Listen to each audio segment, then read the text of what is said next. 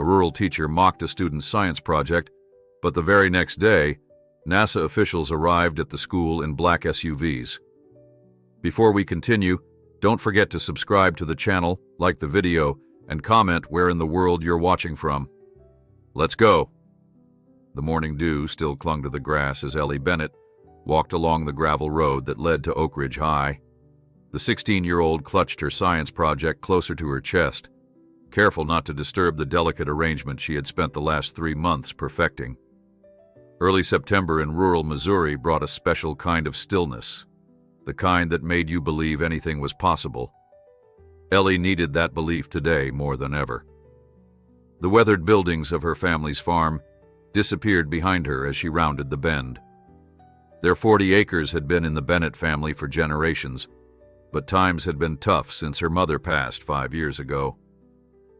Now it was just Ellie and her father, Robert, working the land that seemed to yield less with each passing season.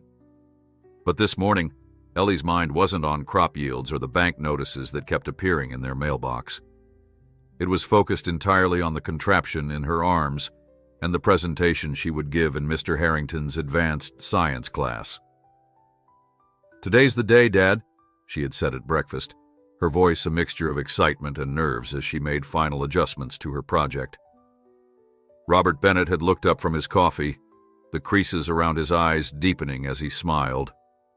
"They won't know what hit 'em, sunshine. You've worked harder than anyone I know on that thing." He didn't fully understand what she had created, something about atmospheric particulate analysis and weather prediction, but he understood dedication. He'd watched his daughter stay up night after night, reading research papers that might as well have been written in a foreign language, ordering specialized components with the money she'd saved from working at Miller's General Store on weekends. As Ellie approached the school building, her steps slowed. Oak Ridge High was the only high school in a 30-mile radius, serving several small farming communities. The 2-story brick building had seen better days, much like the town itself. Most graduates either took over family farms or left for cities, seeking opportunities that continued to dwindle in rural America. She spotted Madison Taylor and her friends congregating by the entrance, their perfect hair and trendy clothes setting them apart from most of the student body. Madison's father owned the largest agricultural business in the county, and she never let anyone forget it. "Oh my God, what is that thing?" Madison's voice carried across the schoolyard as Ellie approached. "Is your dad finally letting you build a scarecrow that actually works?" The group erupted in laughter, and Ellie felt her cheeks burn. She kept her eyes forward, pushing through the heavy double doors into the building. The hallways were bustling with students, lockers slamming and conversations echoing off the worn linoleum floors. Ellie navigated carefully, protecting her project from being jostled. She had one destination in mind, Mr. Harrington's classroom, where she could set up before anyone else arrived. Mr. Theodore Harrington had been teaching science at Oak Ridge for nearly 20 years, once passionate and innovative. Somewhere along the way, he had become cynical and dismissive. The spark that had driven him to teach in the first place had been smothered by budget cuts, administrative red tape, and the growing feeling that his talents were being wasted in this small town. Now, he merely went through the motions, counting the days until retirement. When Ellie entered his classroom, he barely looked up from his desk where he was grading papers with aggressive red marks. "Morning, Mr. Harrington," Ellie said, her voice smaller than she intended. He glanced up briefly. "Set up in the back, Miss Bennett. Presentations start in 20 minutes. Ellie moved to the back table, carefully placing her project down. The device didn't look like much at first glance. A clear acrylic box containing what appeared to be a complex arrangement of sensors, small fans, filters, and a miniature computer. What made it special wasn't immediately visible to the naked eye. As more students filed in, some cast curious glances her way, while others were too preoccupied with their own presentations to notice. Ellie's fingers trembled slightly as she made final adjustments, connecting the small solar panel that would power her device. "What you got there, Ellie? came a friendly voice. It was Dylan Wright, one of the few people at school who had always been kind to her. His family owned the hardware store in town, and he had helped her find some of the components for her project. "It's my atmospheric particulate analyzer," she replied, a hint of pride creeping into her voice. "It can detect microparticles in the air and analyze their composition, then use that data to predict weather patterns and soil conditions." Dylan's eyebrows rose. "Seriously, that's college-level stuff. How'd you even come up with this?" Ellie's eyes lit up. "Remember that massive drought 2 years ago? Dad nearly lost everything. I started thinking there had to be a way to predict these patterns better, especially for small farms that can't afford expensive equipment. So I started researching and—" "All right, everyone take your seats," Mr. Harrington's voice cut through the chatter. "Let's get these presentations over with. Who wants to go first?" No hands went up immediately. Presentations were never anyone's favorite, especially knowing how harsh Mr. Harrington's critiques could be. "No volunteers? Fine. We'll go alphabetically. Adams, you're up." One by one, students presented their projects. Some were impressive, like Jason Miller's solar-powered irrigation system, while others were clearly last-minute efforts. Mr. Harrington's feedback ranged from mildly disappointed to scathingly critical. With each passing presentation, Ellie's anxiety grew. She'd poured her heart and soul into this project, stayed up countless nights researching atmospheric science far beyond the high school curriculum. She'd even reached out to a professor at the state university who had been kind enough to review her initial designs. "Bennett," Mr. Harrington finally called, not bothering to look up from his grading sheet. "You're up." Ellie carefully carried her device to the front of the classroom, setting it on the demonstration table. She took a deep breath, trying to calm her racing heart. "My project is an atmospheric particulate analysis and predictive modeling system," she began, her voice growing stronger as she focused on her creation rather than the eyes watching her. "It's designed to detect microscopic particles in the air and analyze them to predict weather patterns and soil conditions up to 2 weeks in advance." She pointed to various components, explaining their functions. The intake system draws in air samples, which pass through these specialized filters. The optical sensors here analyze the composition of particles, and the integrated computer runs my algorithm to process the data and generate predictions. As she continued her explanation, delving into the scientific principles behind her invention, she noticed Mr. Harrington's expression changing. What had started as boredom was transforming into something else, skepticism mixed with irritation. "And how exactly," he interrupted, "did you develop this algorithm of yours?" "I studied research papers on atmospheric science and meteorological prediction models," Ellie explained. "Then I adapted the principles to focus specifically on agricultural applications and—" "Miss Bennett," Mr. Harrington cut her off again, standing up from his desk. "Are you seriously expecting us to believe that you, a farmer's daughter with no advanced training, created a functional weather prediction system that outperforms the National Weather Service?" The room fell silent. Ellie felt her throat tighten. "I'm not saying it's better than professional systems," she clarified. "It's just designed specifically for local conditions and small-scale farming applications. It's more accessible and—" "It's nonsense," Mr. Harrington said flatly, approaching the table. "What you're describing would require graduate-level knowledge of meteorology, computer science, and environmental engineering. This is clearly beyond your capabilities." Whispers rippled through the classroom. Madison snickered from her seat. "But it works," Ellie insisted, her voice cracking slightly. "I've been testing it for weeks. It predicted the unexpected frost last weekend 3 days in advance. The official forecast didn't catch it until the night before."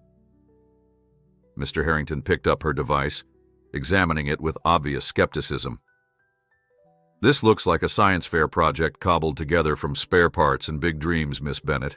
I appreciate ambition, but there's a line between that and delusion."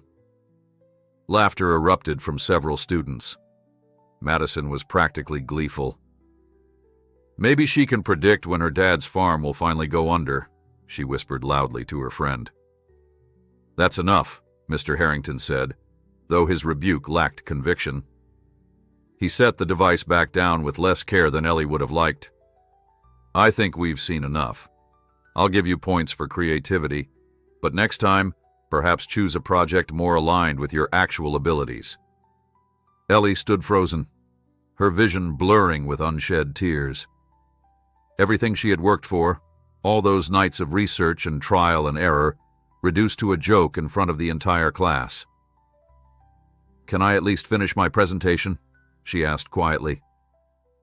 "I don't think that's necessary," Mr. Harrington replied, already writing something on his grading sheet. "Take your seat, Miss Bennett. Johnson, you're next." As Ellie gathered her project, she could hear the continued whispers and muffled laughter. Dylan caught her eye, offering a sympathetic look, but it did little to ease the humiliation burning through her. She returned to her seat, carefully placing her device on the floor beside her desk. She spent the rest of the class staring at her notebook, not seeing the pages through her tears, not hearing the remaining presentations through the ringing in her ears. When the bell finally rang, Ellie was the first one out the door, her precious creation clutched to her chest once again. No longer a source of pride, but a monument to her public humiliation. The final bell rang, releasing students into the crisp autumn afternoon. Ellie avoided the main hallway, slipping out through a side door that led past the teacher's parking lot. She couldn't bear another encounter with Madison or anyone else who had witnessed her humiliation. The weight of Mr. Harrington's dismissal pressed down on her shoulders like a physical burden. "Ellie, wait up!" She recognized Dylan's voice but kept walking, quickening her pace.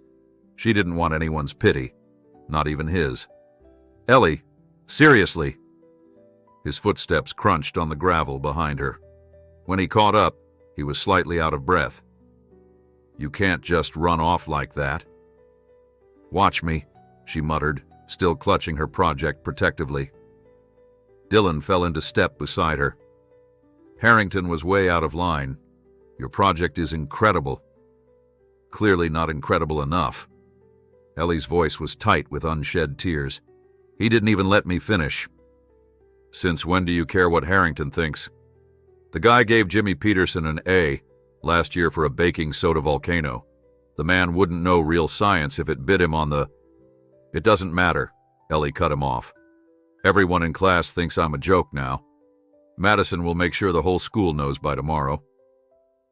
They walked in silence for a moment, the only sound the distant shouts of other students and the occasional car leaving the parking lot. "My cousin works at the university's meteorology department," Dylan said suddenly. "He's always talking about new atmospheric monitoring technologies. Maybe you could show him your project." Ellie shook her head. "I'm done showing it to anyone. I'm going to take it apart and use the components for something else." "You can't be serious." Dylan stepped in front of her, blocking her path. "Ellie, you built something amazing. You can't give up because one teacher was too thick to understand it." A tear finally escaped, sliding down her cheek. "I was stupid to think anyone would take it seriously. I'm just a farmer's kid with no real education or resources. Mr. Harrington was right about that much." "That's bull and you know it," Dylan said fiercely. "Your project is better than half the stuff my cousin sees from college students. At least think about it before you dismantle everything." Ellie wiped away the tear with the back of her hand. "I'll think about it," she conceded, though she had no intention of doing anything but burying this humiliating episode as deeply as possible. Dylan seemed to sense her insincerity, but didn't push further. "Want me to walk you home?" "No thanks," she replied. "I need some time alone." He nodded, understanding in his eyes. "Call me later? Or text?" "Maybe." As Dylan headed back toward the school, Ellie continued down the long road home, her thoughts swirling like the autumn leaves that occasionally gusted across her path. By the time the Bennett farm came into view, Her initial humiliation had hardened into something else, a quiet, simmering anger. The Bennett farmhouse was a modest two-story structure that had seen better days. The white paint was peeling in places, and one of the shutters hung at a slight angle, despite Robert's repeated attempts to fix it. The barn and equipment shed behind the house were in similar states of managed disrepair, functional but showing the strain of years with minimal resources for maintenance. Ellie found her father in the equipment shed, elbowed deep in the guts of their ancient tractor. Tools were spread around him in a semicircle, and a smudge of grease marked his forehead where he'd wiped away sweat. "You're home early," he remarked, glancing up. His smile faded when he saw her expression. "What happened, sunshine?" Ellie set her project on a workbench, careful despite her turbulent emotions. "Nothing. Just regular high school stuff." Robert Bennett was not a man of many words, but he knew his daughter. He wiped his hands on a rag and straightened up, wincing slightly at the twinge in his back that never quite went away these days. "Your presentation didn't go well?" Ellie's shoulders slumped. "Mr. Harrington said I was delusional to think I could build something like this. He basically called me a liar in front of everyone." Her voice cracked on the last word. Robert's expression darkened, a flash of anger crossing his weathered features before he controlled it. "Did he even let you demonstrate it?" "No. He just looked at it and decided I couldn't possibly have built it. Said it was beyond my capabilities." Her father was quiet for a moment, absently folding and refolding the rag in his calloused hands. "People have been underestimating Bennett's for generations," he said finally. "Your great-grandfather heard it when he started using crop rotation, before anyone else around here. I heard it when I insisted on organic methods 10 years ago. This is different, Dad. It's not just about farming techniques." "Isn't it?" He gestured to her project.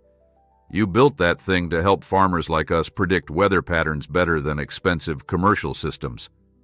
Sounds like a Bennett innovation to me." Despite herself, Ellie felt a small smile tugging at her lips. Her father had a way of simplifying things that sometimes made everything clearer. "Maybe," she conceded, "but it doesn't change the fact that no one at school is ever going to take me seriously now." Robert studied her for a moment.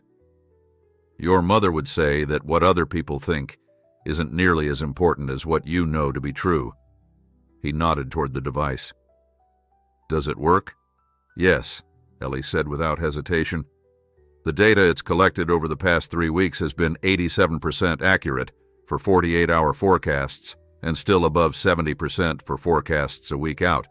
It predicted that cold snap last weekend when none of the regular forecasts did." "Then that's what matters." He returned to the tractor, picking up a wrench. "You know what your mom used to say about setbacks?" Ellie nodded, a lump forming in her throat. "They're just detours, not dead ends," she quoted softly. "Exactly." He ducked back under the tractor's hood. "Now, why don't you set that contraption up outside like you planned? Weather Service is saying clear skies, but my knees tell me we're in for rain tomorrow." "Let's see what my analyzer says," Ellie replied, her spirits lifting slightly. At least here, her work was respected. She spent the next hour setting up her device at the edge of the main field, angling the solar panel to catch the late afternoon sun, and calibrating the sensors. The familiar task was soothing, and by the time she finished, her hands had stopped shaking.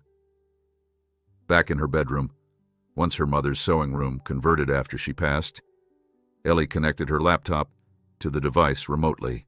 Data began streaming in, the custom interface she'd designed, displaying real-time atmospheric readings. The predictive model was already suggesting a 76% chance of rain within 36 hours, despite the clear skies overhead. "We'll see who's right," she murmured, patting the laptop. That evening, she helped her father prepare a simple dinner of meatloaf and potatoes. They ate mostly in comfortable silence, interrupted occasionally by Robert's updates on the tractor repair or Ellie's comments about her device's readings. Neither mentioned the incident at school again, though it hovered at the edges of Ellie's thoughts. After dinner, As she was washing dishes, her phone buzzed with a text from Dylan. Did some digging. Harrington failed out of PhD program at MIT 20 years ago. Maybe explains why he was so harsh on your project. Don't let him win. Ellie stared at the message, water running unnoticed over her hands. Something clicked into place in her mind. It wasn't just ordinary high school politics or teacher cynicism that had fueled Mr. Harrington's reaction. It was recognition. He had understood exactly what her project represented, and it had threatened him somehow. With renewed determination, she dried her hands and went back to her room. Instead of dismantling her project as she'd planned, she began documenting everything: her research process, the components she'd used, the algorithms she'd developed, complete with data visualizations showing the accuracy of her predictions compared to official forecasts. If her project really was as good as she believed, there had to be someone who would recognize its value. She just needed to find the right audience. By the time she finally went to bed, rain was pattering against her window, just as her analyzer had predicted, hours before the official forecast had been updated to show any precipitation at all. The next morning, Ellie woke to the sound of thunder. Heavy gray clouds hung low over the farm, and rain came down in sheets drumming on the roof. Her father was already at the kitchen table, a knowing smile on his face as she came downstairs. "Your machine was right," he said, pushing a mug of hot chocolate toward her. "Checking the weather app now. They're scrambling to explain this unexpected system." Ellie couldn't help the small surge of pride. The barometric readings and particulate analysis showed it coming. The micro droplets in the air had a distinct pattern that usually precedes this kind of storm. Robert looked at her with a mixture of pride and something like wonder. "You know, your mother would be incredibly proud of you." "I sure am." His words warmed her more than the hot chocolate. "Thanks, Dad." "So," he said, leaning back in his chair, "what's the plan for your project now?" Ellie took a sip from her mug, considering. "I'm going to keep collecting data and refining the algorithm, and I'm going to find someone who will actually understand what I've built." She paused. "Any chance we could drive to the university next weekend? Dylan's cousin works in the meteorology department there." Robert nodded. "I think we can manage that. The tractor repair can wait another day." With the plan set, Ellie felt a renewed sense of purpose.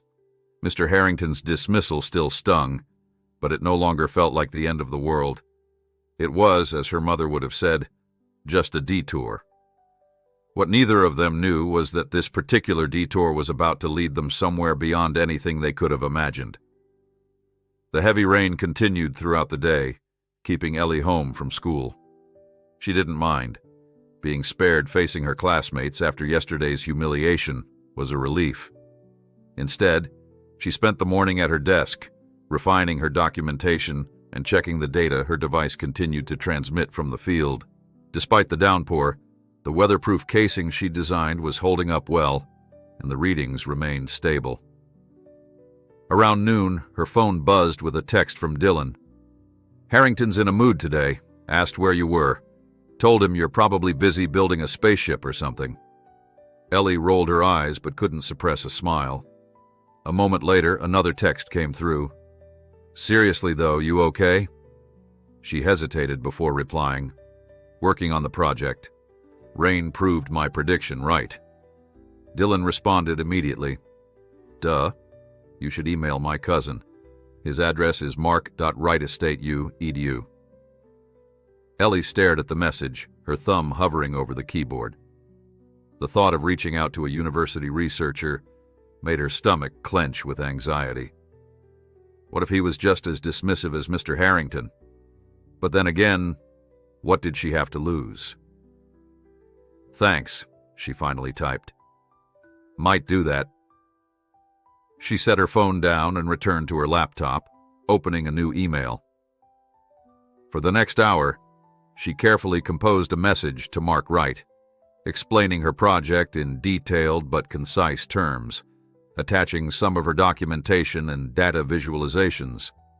She read it over 3 times, second-guessing every sentence, before finally hitting send with her eyes squeezed shut, as if bracing for impact. By mid-afternoon, the rain had slowed to a drizzle. Ellie pulled on her rubber boots and a raincoat to check on her device in person. The fields were soggy, mud squelching beneath her feet as she made her way to the setup. Everything looked intact, the sealed container protecting the sensitive electronics from the elements just as she'd designed it to. As she adjusted one of the sensors, her phone rang. Wiping her hands on her jeans, she pulled it from her pocket. Unknown number. "Hello?" she answered hesitantly. "Is this Ellie Bennett?" The male voice on the other end was unfamiliar. "Yes. Who's this?" "This is Dr. Mark Wright from State University's Department of Meteorology. Your friend Dylan's cousin? I just got your email." Ellie nearly dropped the phone. "Oh, hi, Dr. Wright. Thank you for calling. I didn't expect to hear back so quickly." "Call me Mark," he said, his tone friendly. "And I couldn't not call after seeing those data visualizations. Did you really build this system yourself?" She tensed, hearing the echo of Mr. Harrington's skepticism. But there was no dismissal in Mark's voice, only genuine curiosity. "Yes, I designed and built it. I've been working on it for about 3 months." "That's remarkable," Mark said, and the sincere admiration in his voice made Ellie's chest warm with pride.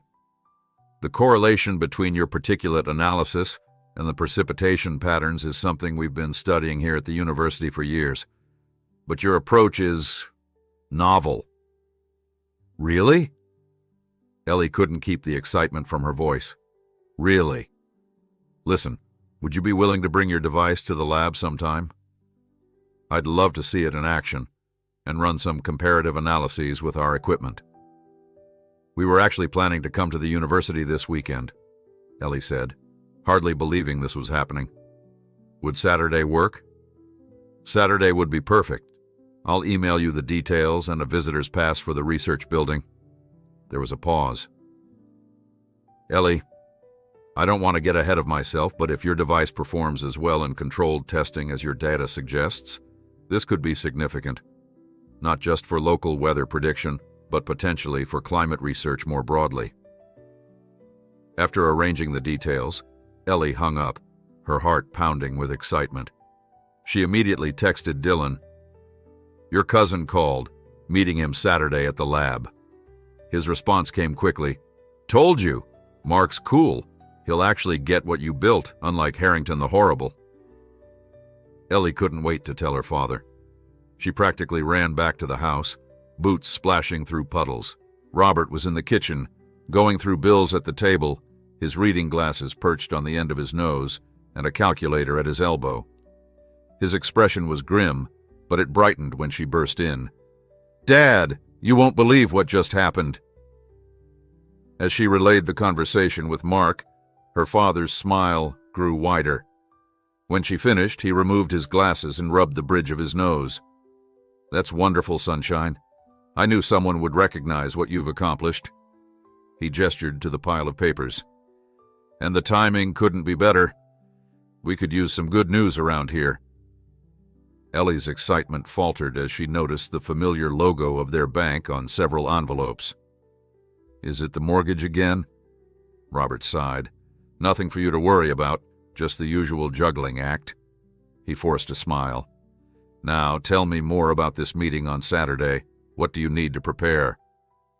Though concerned about their financial situation, Ellie let her father change the subject.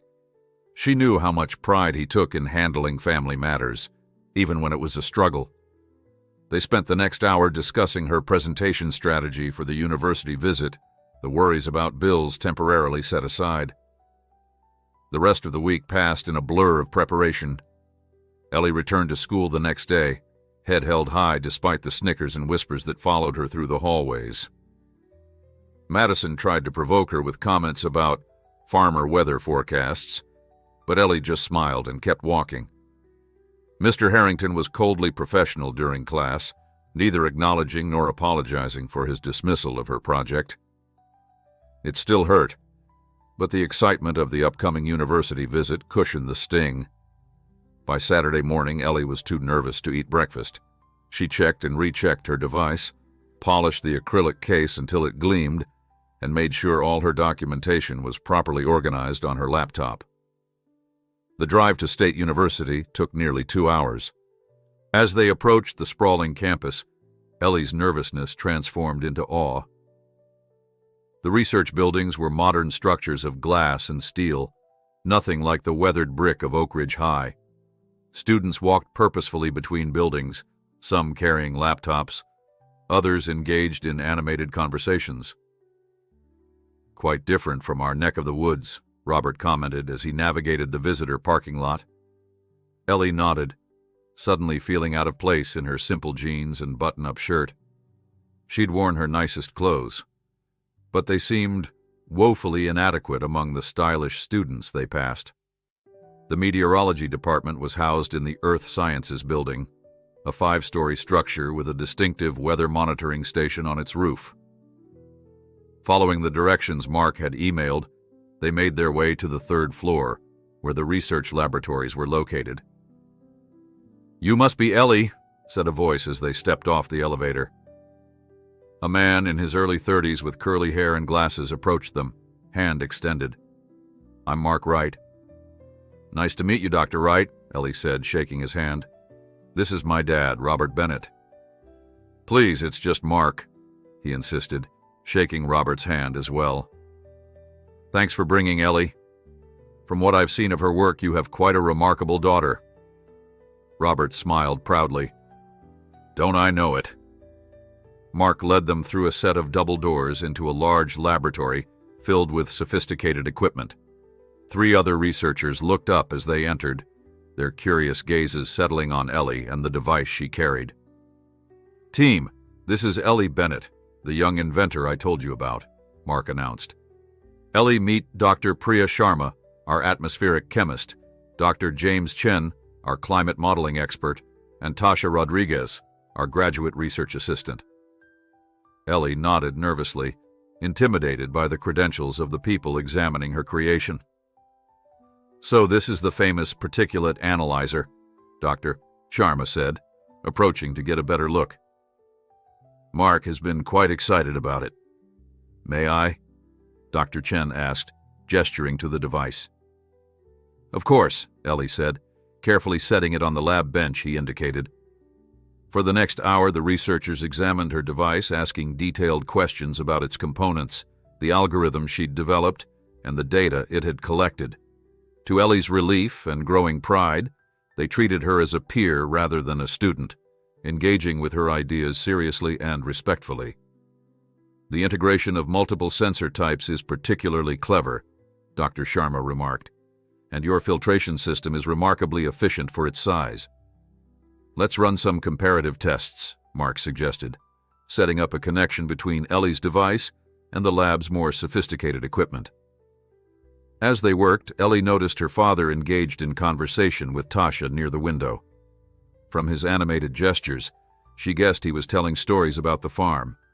He had a gift for making agricultural challenges sound like adventures.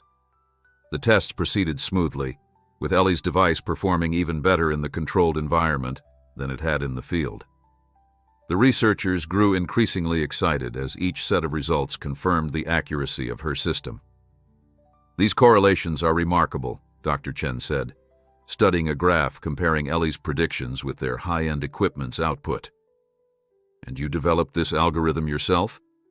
"Yes," Ellie replied, gaining confidence with each validation. "I based it on research papers I found online and then modified it to account for the specific conditions in our area." Dr. Sharma and Mark exchanged meaningful glances. "Ellie," Mark said carefully, "would you be opposed to us sharing your results with some colleagues at other institutions? This level of innovation deserves wider attention." "I guess that would be okay," Ellie said, surprised by the suggestion. "Who did you have in mind?" Mark hesitated, looking almost embarrassed. "Well, actually, I have a former classmate who works at NASA's Earth Science Division. Your approach to particulate analysis aligns with some of their current research initiatives. Ellie froze, certain she had misheard. NASA? As in, Space NASA? The very same, Mark confirmed with a smile. They're not just about rockets and astronauts. They do extensive Earth monitoring and climate research. Your device could potentially contribute to that work. Robert had rejoined them just in time to hear this exchange. He placed a steadying hand on Ellie's shoulder, as much to ground himself as to support her. Would that be all right? Mark asked again. I can't promise anything will come of it, but I think they'd be interested. Ellie looked at her father, who nodded encouragingly. Yes, she said, her voice stronger than she expected. That would be more than all right. None of them could have anticipated just how quickly that interest would materialize, or how dramatically it would change everything. The drive home from the university was nothing like the journey there. Where Ellie had been quiet and nervous on the way to campus, she now couldn't stop talking, replaying every moment of their visit. The validation from real scientists, the sophisticated equipment they'd used to test her device, and most incredibly, the mention of NASA.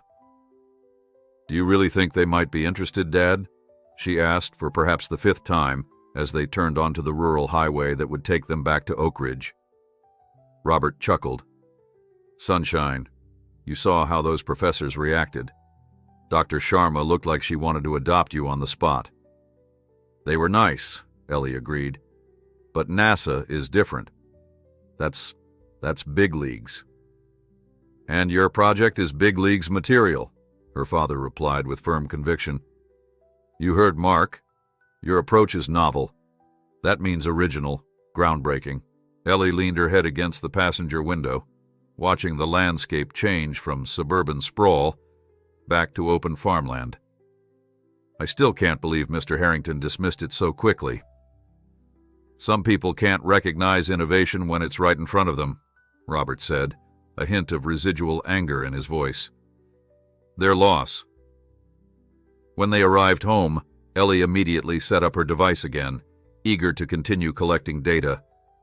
The validation from the university researchers had energized her, sparking new ideas for refinements to her system. That evening, as she worked on integrating some of Dr. Chen's suggestions for improving her algorithm, her phone pinged with an email notification. It was from Mark Wright. Already sent your information to my NASA contact, the message read. She's extremely interested. Don't be surprised if you hear from her directly in the next few days. Great work today. You impressed everyone. Ellie read the email 3 times, her heart racing faster with each reading. She forwarded it to Dylan with a row of exclamation points, then rushed downstairs to show her father. For the next 2 days, Ellie checked her email obsessively, starting first thing in the morning and continuing until she fell asleep with her phone in her hand. By Monday, she was beginning to think Mark's NASA contact had lost interest, but she tried to focus on the positive. The university researchers had been impressed, and that alone was a significant validation. Returning to Oak Ridge High was still difficult. Madison and her friends hadn't tired of making farming jokes, and Mr. Harrington remained coldly professional, neither acknowledging his dismissal of her project nor showing any interest in its subsequent validation by university researchers. Ignore them, Dylan advised during lunch, when Madison walked by their table making exaggerated weather prediction gestures. They're just jealous. Did you hear back from NASA yet? No, Ellie admitted, poking at her cafeteria macaroni and cheese. Maybe Mark oversold my project to them. Doubt it, Dylan said through a mouthful of sandwich. These things probably just take time. Government bureaucracy and all that. By the time the final bell rang, Ellie was exhausted from the effort of maintaining a brave face all day.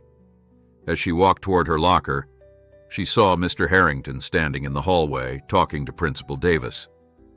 Both men looked unusually serious, and Ellie thought she heard her name mentioned as she passed. Great, she thought bitterly. Now I'm in trouble for skipping school on Friday. But neither man stopped her, and she continued to her locker, gathering her books for the walk home. Dylan caught up with her at the school entrance. "Want company?" he offered. "Sure," Ellie said, grateful for the distraction. Dylan had always been able to lift her spirits, even on the worst days. They were halfway down the main road when Ellie's phone rang. Unknown number again, but with a Virginia area code this time. "Hello?" she answered, slowing her pace. "Is this Eleanor Bennett?" A woman's crisp, professional voice came through the speaker. "Yes, this is Ellie." "Ellie, my name is Dr. Valerie Chen. I'm a project lead with NASA's Earth Science Division. Mark Wright shared your atmospheric particulate analysis system with me, and I'd like to discuss it further." Ellie stopped walking entirely, her free hand grabbing Dylan's arm in a grip that made him wince. "You would," she managed to say, her voice suddenly an octave higher than normal. "Yes. Your approach to particulate analysis is quite innovative, particularly for agricultural applications. We've been working on similar monitoring systems for climate research, but the efficiency of your algorithm and the accessibility of your hardware design are, well, frankly, they're impressive." "Thank you," Ellie said, her knees feeling weak. Dylan was staring at her with wide, questioning eyes. "I'd like to arrange a more thorough evaluation," Dr. Chen continued. "Ideally, we'd have you bring your device to our research facility in Hampton, but I understand from Mark that might be difficult given your school schedule and location." Yes, Virginia is quite far from Missouri," Ellie confirmed, still trying to process that she was actually speaking with someone from NASA. "In that case, we'd like to send a small team to you. Would that be possible later this week?" Ellie's mouth went dry. "A team? To Oak Ridge?" "Yes, just 2 or 3 specialists to evaluate your system in its current environment and discuss potential applications. We could arrange to meet after your school hours if that's more convenient." Dylan was now practically dancing with excitement beside her, having pieced together enough of the conversation to understand what was happening. "Yes, that would be fine," Ellie said, struggling to keep her voice steady. "Should we meet at our farm? That's where I've been testing the device." "Actually," Dr. Chen said thoughtfully, "Mark mentioned your science teacher initially dismissed your project. Would it be possible to arrange a demonstration at your school? It might be valuable for educational purposes." Ellie's heart skipped a beat at the thought of Mr. Harrington witnessing NASA scientists taking interest in the project he had so casually dismissed. "I'd have to check with the school administration, but I think that could be arranged." "Excellent. I'll have my assistant email you to coordinate the details. We're looking at Thursday, if that works for you." After confirming the arrangements and ending the call, Ellie stood frozen on the dirt road, staring at her phone in disbelief. "Was that seriously NASA?" Dylan demanded, practically vibrating with excitement. "NASA Earth Science Division," Ellie confirmed, a slow smile spreading across her face. "They're sending people to see my project, at school. They want to demonstrate it in front of everyone." "Including Harrington," Dylan added with obvious glee. "Oh man, his face is going to be priceless." The reality of it hit Ellie all at once. NASA scientists were coming to Oak Ridge High to see her invention, the same one Mr. Harrington had called cobbled together from spare parts and big dreams. Vindication didn't begin to describe the feeling that surged through her. "I need to call my dad," she said, already dialing. Robert answered on the second ring. "What's up, Sunshine? Everything okay?" "Dad, NASA just called," Ellie blurted, unable to contain herself. "They're sending people to see my project on Thursday." There was a moment of stunned silence on the other end. "NASA? Already? That's incredible, Ellie." "They want to do the demonstration at school," she continued. "Can you imagine Mr. Harrington's face?" "I can," Robert said, a smile evident in his voice. "And it'll be a sight to behold. Listen, I'll be home in about an hour. We can talk more then and figure out what you need to prepare." After hanging up, Ellie turned to Dylan, who was still grinning like he'd won the lottery. "I can't believe this is happening." "Believe it," he said firmly. You deserve this, Ellie. Your project is amazing, and now everyone's going to know it. They continued walking, Ellie's mind racing with everything she needed to do before Thursday. First, she'd need to speak with Principal Davis to arrange the demonstration. Then, she'd need to prepare her presentation, this time with the confidence of knowing her audience would actually understand and appreciate her work. By the time she reached home, her initial shock had transformed into focused determination. She spent the evening fine-tuning her device and updating her documentation with the insights she'd gained from the university visit. When her father offered to help, she assigned him the task of building a more professional-looking display stand for the demonstration.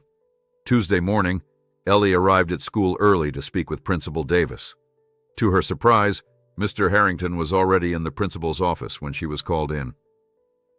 "Ellie," Principal Davis greeted her warmly. "Mr. Harrington tells me you've been working on a rather remarkable science project."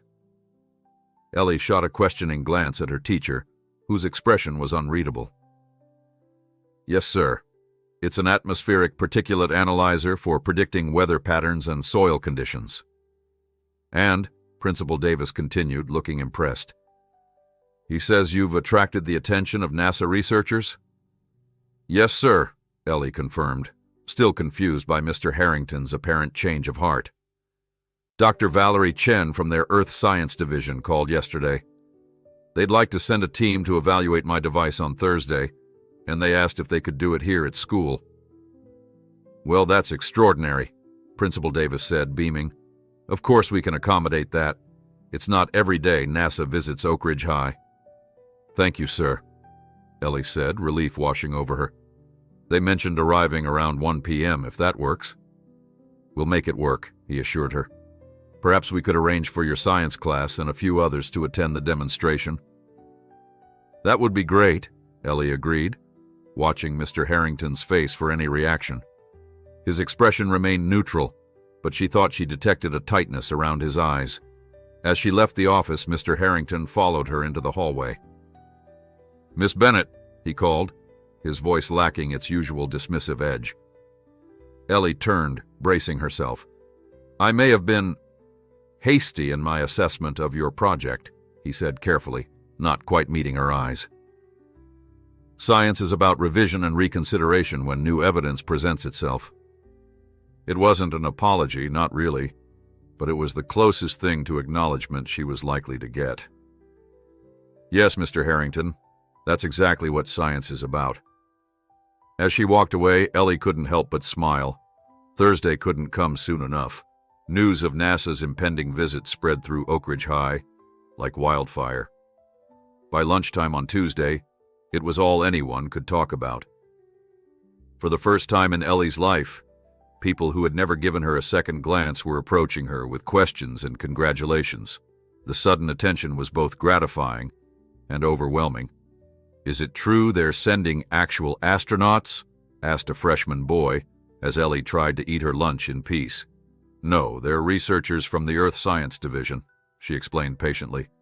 "They study climate and atmosphere, not space travel." "But they're still NASA," the boy persisted, eyes wide with excitement. "That's so cool." "Leave her alone, Parker. She needs to eat," Dylan intervened, sliding into the seat across from Ellie. When the boy retreated, Dylan grinned. "Enjoying your newfound celebrity?" "It's weird," Ellie admitted. "This morning, Jason Miller asked me to sign his notebook. Last week, he was laughing when Mr. Harrington shut me down." "People are fickle," Dylan shrugged. "But hey, at least they recognize how awesome you are now." Not everyone was impressed, of course. Madison Taylor and her friends made a show of rolling their eyes whenever Ellie's name was mentioned.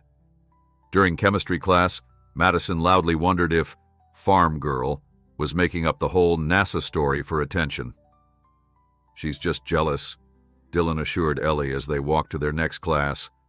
"Her dad bought her way into that summer internship at the pharmaceutical company, and you earned NASA's attention all on your own." Ellie tried to focus on the positive, but the sudden shift from ridicule to adulation was disorienting. The only constant was her determination to make Thursday's demonstration perfect. After school, she found a note from Mr. Harrington in her locker, requesting that she bring her project to his classroom the next morning to ensure everything is in order for Thursday's presentation. The formal language felt strange, coming from a teacher who had so recently dismissed her work, but Ellie decided to take it at face value. Perhaps he genuinely wanted to make amends. That evening, as Ellie and her father put the finishing touches on the display stand he had crafted, Robert broached a subject she'd been avoiding. "I had a call from the bank today," he said, carefully sanding a rough edge on the wooden base. Ellie's hands stilled on her device. "And?" Robert sighed. "We've got a meeting next week. They're concerned about the mortgage payments. 3 missed months isn't something they can ignore anymore." "Dad, why didn't you tell me it was that bad?" Ellie's stomach clenched with worry. "It's not your burden to bear, sunshine." He set down the sandpaper. "I've been looking into selling the East Field to the Millers. That would cover what we owe and buy us some time." The East Field had been in the Bennett family for generations.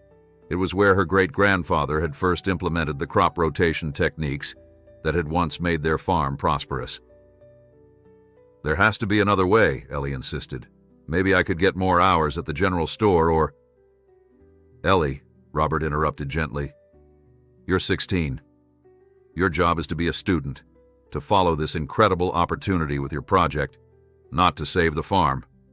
But, no buts. We'll figure something out. We always do." His tone made it clear the discussion was over. "Now, how about we test this stand with your device to make sure it's stable?" Ellie reluctantly let the subject drop, but her father's financial worries added a new layer of pressure to Thursday's demonstration. While she had never imagined her project could have commercial applications, the NASA scientist's interest suggested otherwise. What if her invention could not only validate her scientific abilities, but also somehow help save their farm? The next morning, Ellie arrived at school early, carefully carrying her device and the new display stand to Mr. Harrington's classroom. The science teacher was already there, arranging the lab tables into a semicircle facing the demonstration area. "Good morning, Miss Bennett," he said formally. "Thank you for coming early." "Good morning, Mr. Harrington." She set up her device on one of the lab tables. "You wanted to check the setup?" "Yes." He approached cautiously as if the device might bite. "I thought it prudent to ensure everything is optimal for tomorrow's presentation." Ellie nodded, switching on the system and connecting it to her laptop. The familiar interface came to life, displaying real-time atmospheric readings. Mr. Harrington leaned in, examining the screen with newfound interest. "The algorithm analyzes particulate ratios and correlates them with historical weather patterns?" he asked, his tone genuinely curious now. "Yes, along with barometric pressure, humidity gradients, and several other factors." Ellie pointed to various readings on the screen. "It's the integration of these different data points that makes the predictions more accurate than standard methods for local conditions." Mr. Harrington nodded slowly. "I see. And you developed this integration method yourself?" "Yes, based on research papers and some guidance from online forums." She hesitated, then added, "The university researchers said the approach was novel." "So I've heard." Mr. Harrington straightened up, adjusting his glasses. "Miss Bennett, I feel I should acknowledge that my initial assessment of your project was incorrect." The admission seemed physically painful for him. "My reaction was unprofessional." The apology, reluctant as it was, took Ellie by surprise. "Thank you for saying that, Mr. Harrington." An uncomfortable silence stretched between them before he cleared his throat. "Well, the setup looks appropriate. Principal Davis has arranged for your science class and 2 others to attend the demonstration at 1 p.m. tomorrow. We'll use the lecture hall rather than the classroom to accommodate everyone." "That sounds good," Ellie agreed, relieved that they could move past the awkwardness. "I'll need about 20 minutes to set everything up before they arrive. Of course, I'll ensure you have access to the hall during lunch period." He hesitated again, then added, "This is a significant opportunity, Miss Bennett. Not just for you, but for Oak Ridge High." As Ellie packed up her device, she realized what might be motivating Mr. Harrington's sudden change of heart. The prospect of NASA visiting his school was too prestigious to ignore, regardless of his personal feelings about her project. The recognition reflected well on him as her teacher, whether he had supported her or not. Throughout the rest of the day, Ellie could barely focus on her classes. Her mind kept wandering to the upcoming demonstration, imagining all the things that could go wrong and right. During study hall, she received an email from Dr. Chen confirming that 3 NASA representatives would arrive at Oak Ridge High at 12:45 p.m. the following day. The reality of it set her heart racing all over again. By the time she arrived home that afternoon, Ellie's nerves were frayed from the constant questions and attention at school. She found her father in the kitchen, looking uncharacteristically sharp in a freshly ironed shirt. "Dad, what's the occasion?" she asked, setting down her backpack. "Got a call from Principal Davis," Robert explained, adjusting his collar. "Invited me to attend tomorrow's presentation. Thought I'd iron my good shirt just in case." "You're coming?" Ellie's face lit up. Having her father there would make all the difference. "Wouldn't miss it for the world, sunshine." He smiled. "Not every day my daughter gets to show up her science teacher in front of NASA." "Dad!" Ellie protested, but she was smiling too. "It's not about showing up, Mr. Harrington." "Course not," Robert winked, "but it's a nice bonus, isn't it?" That evening, Ellie rehearsed her presentation multiple times, with her father playing the role of skeptical scientist. She polished the acrylic case of her device until it gleamed and packed it carefully in the padded box her father had made for transporting it. "You're going to be amazing," Robert assured her as she finally went to bed, exhaustion overtaking her anxiety. "I hope so," Ellie murmured. "It still doesn't feel real." "Well, it is real," her father said firmly. "And no matter what happens tomorrow, I couldn't be prouder of you." Ellie fell asleep thinking of NASA scientists and vindication, of Mr. Harrington's reluctant apology, and her classmates' sudden respect. But mostly, she thought of her father's pride and the East Field that had been in their family for generations. If there was any chance her invention could help save their farm, she had to make the most of this opportunity. She dreamed of particulate analyzers and weather patterns, of fields stretching endlessly under open skies, and in her dream, she stood in the center of it all, no longer invisible, no longer dismissed, but seen, truly seen, for who she was and what she could do. Morning came too quickly and not soon enough. Ellie woke before her alarm, a mixture of excitement and terror coursing through her veins. Today was the day NASA would come to Oak Ridge High. Today was the day everything could change. "Ready, sunshine?" her father called from downstairs. Ellie took a deep breath, steadying herself. "Ready," she called back and was surprised to find that she meant it. Whatever happened today, she had already accomplished something remarkable. She had built something that mattered. As they drove to school, the morning sun broke through the clouds, casting long golden rays across the farmland they passed. Ellie chose to take it as a good omen. Clear skies for her moment of truth.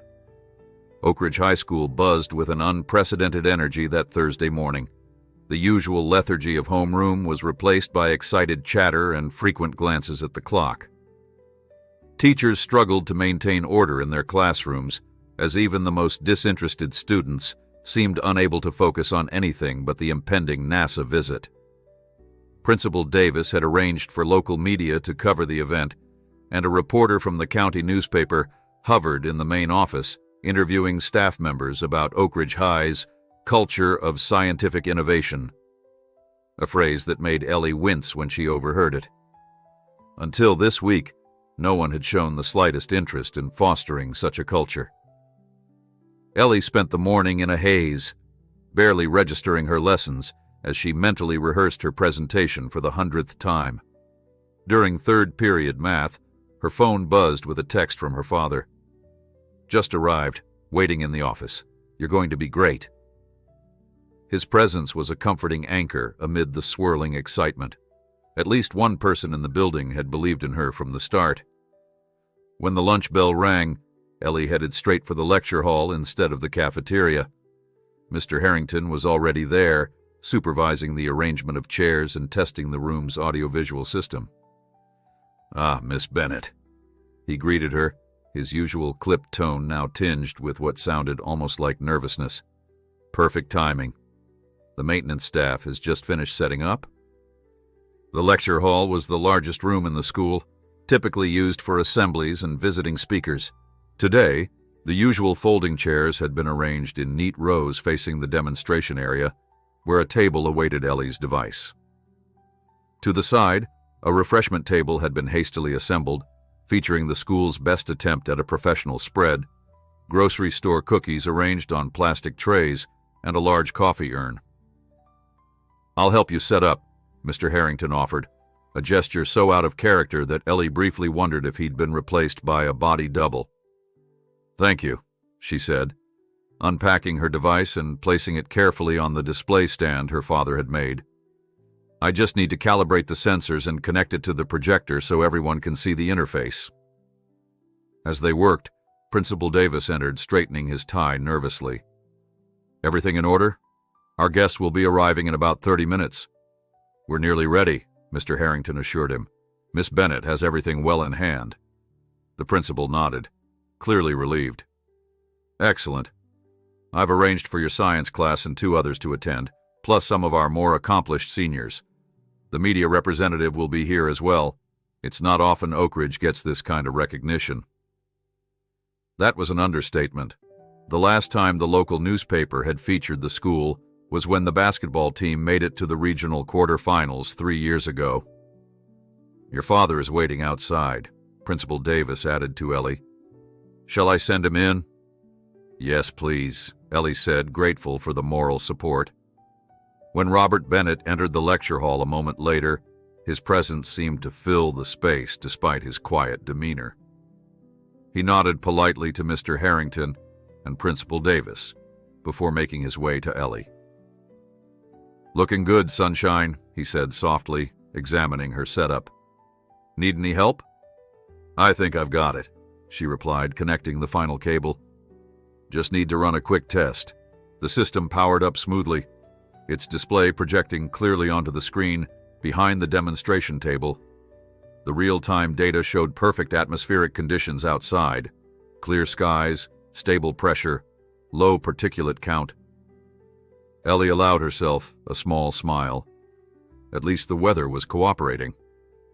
By 12:30, students began filing into the lecture hall, their excited whispers creating a constant background hum. Madison and her friends arrived, taking seats near the back with expressions that mixed curiosity with determined indifference. Dylan came in shortly after, giving Ellie an enthusiastic thumbs up before sitting in the front row. "Nervous?" her father asked, standing beside her as they watched the room fill. "Terrified," Ellie admitted. "But ready, I think." Robert squeezed her shoulder. "That's my girl." At precisely 12:43 p.m., a hush fell over the room as Principal Davis's phone buzzed. He checked the message, his eyes widening slightly. "They're here," he announced, straightening his tie again. "Mr. Harrington, perhaps you'd join me in escorting our guests?"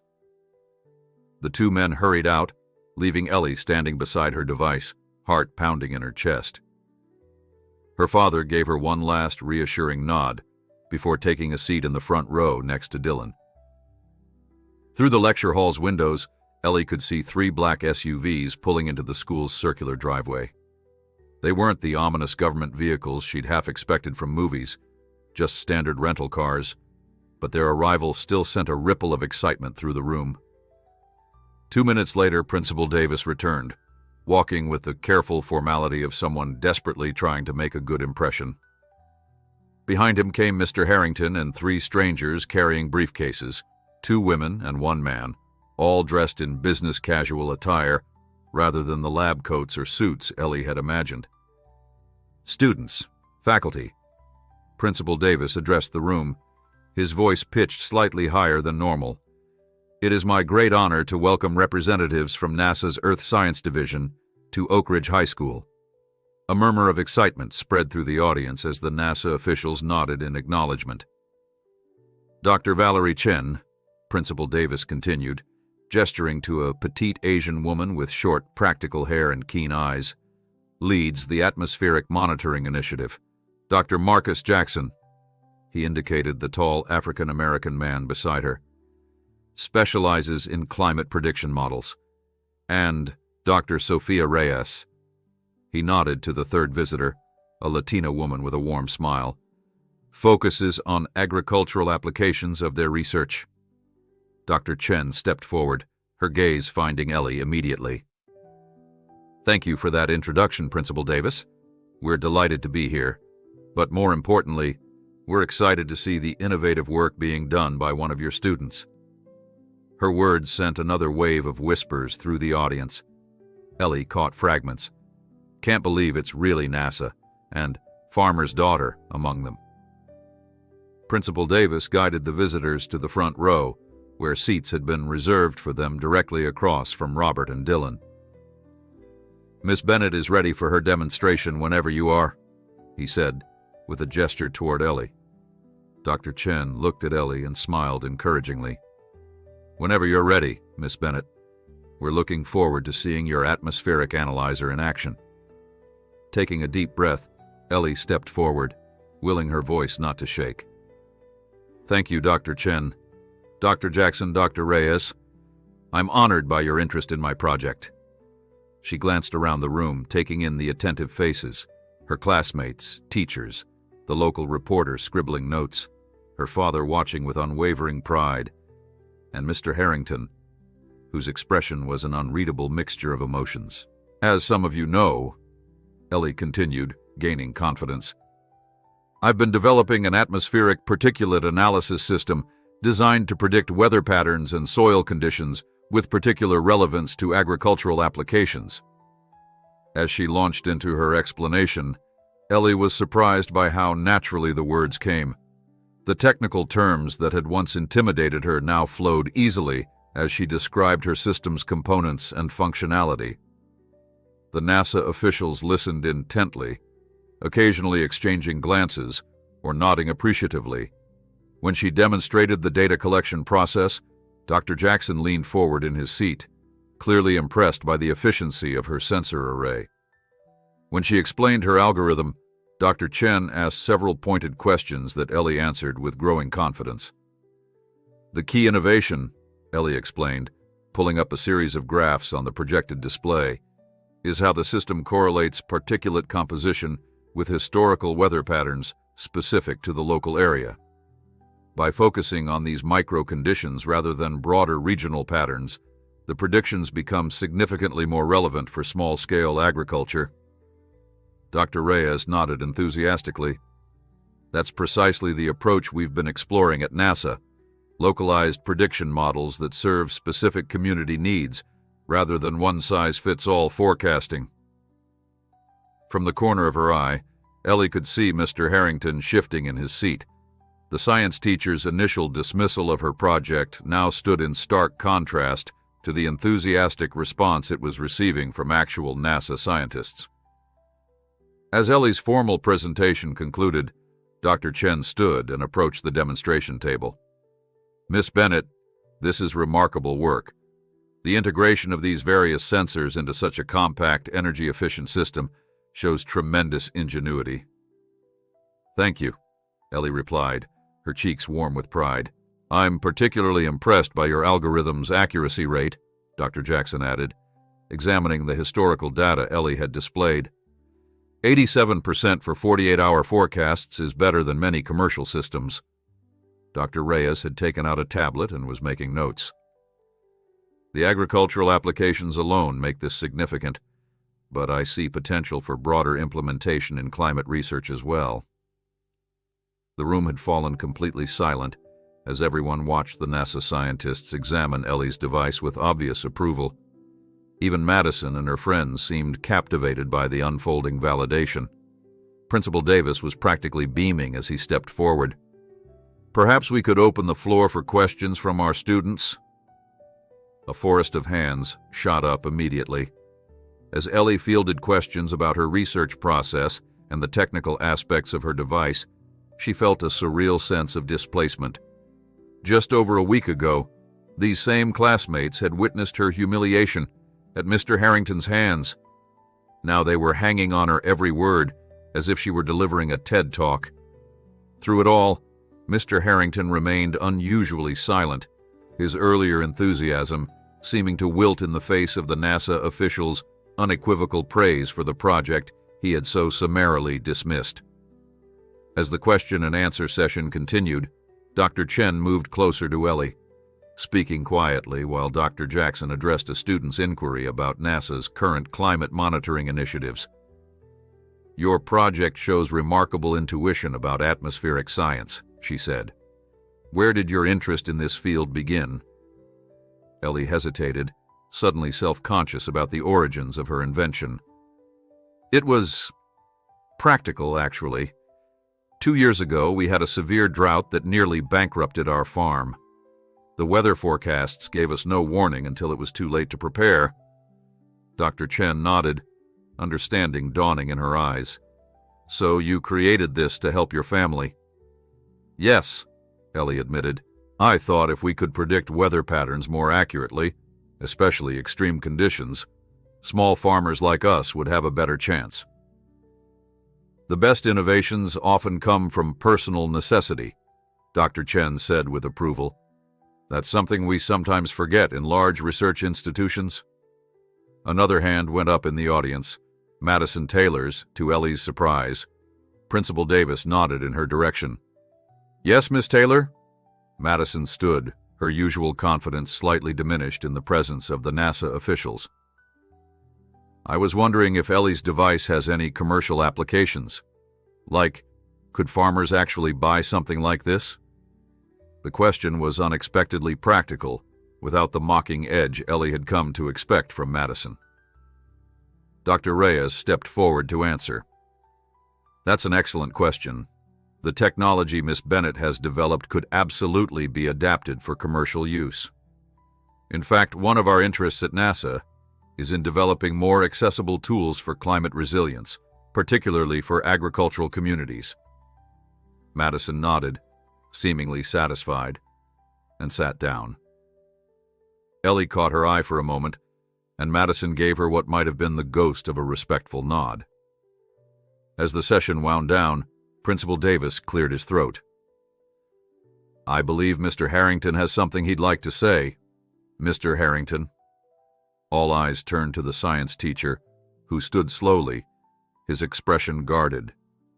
Ellie felt a momentary pang of sympathy as she realized how difficult this must be for him. "I would like to acknowledge," Mr. Harrington began, his voice slightly strained, "that the scientific method requires us to revise our conclusions when presented with new evidence. Miss Bennett's project demonstrates a level of innovation and practical application that I—" He paused, seemingly struggling with the words, "that I failed to recognize initially. I commend her persistence in pursuing her research despite obstacles." It wasn't an outright apology, but coming from Mr. Harrington, it was significant. Ellie caught her father's eye. He gave her a subtle wink that said, "Take the win, sunshine." Dr. Chen stepped forward, addressing the room again. "Before we conclude, I'd like to say a few words. At NASA, we often talk about the importance of fostering scientific curiosity and innovation in young people. Miss Bennett's project exemplifies exactly the kind of thinking we hope to encourage." She turned to Ellie, her expression serious. "Which is why I'd like to formally invite you to participate in NASA's Young Innovators program. This would involve further development of your atmospheric analysis system, with mentorship from our team and potential integration into our broader climate research initiatives." A collective gasp went through the room. Ellie felt as if the floor had dropped out from under her. The program includes a modest stipend, Dr. Chen continued, along with academic credit and consideration for future internship opportunities. Dr. Reyes would serve as your primary mentor, as her work in agricultural applications aligns most closely with your interests. Dr. Reyes stepped forward with a warm smile. We'd start with remote collaboration, with potential visits to our research facility in Hampton during school breaks. Your continued education would remain the priority, of course. Ellie struggled to find her voice. Thank you. I'd be honored. Principal Davis was practically vibrating with excitement. This is a tremendous opportunity, not just for Miss Bennett, but for Oak Ridge High.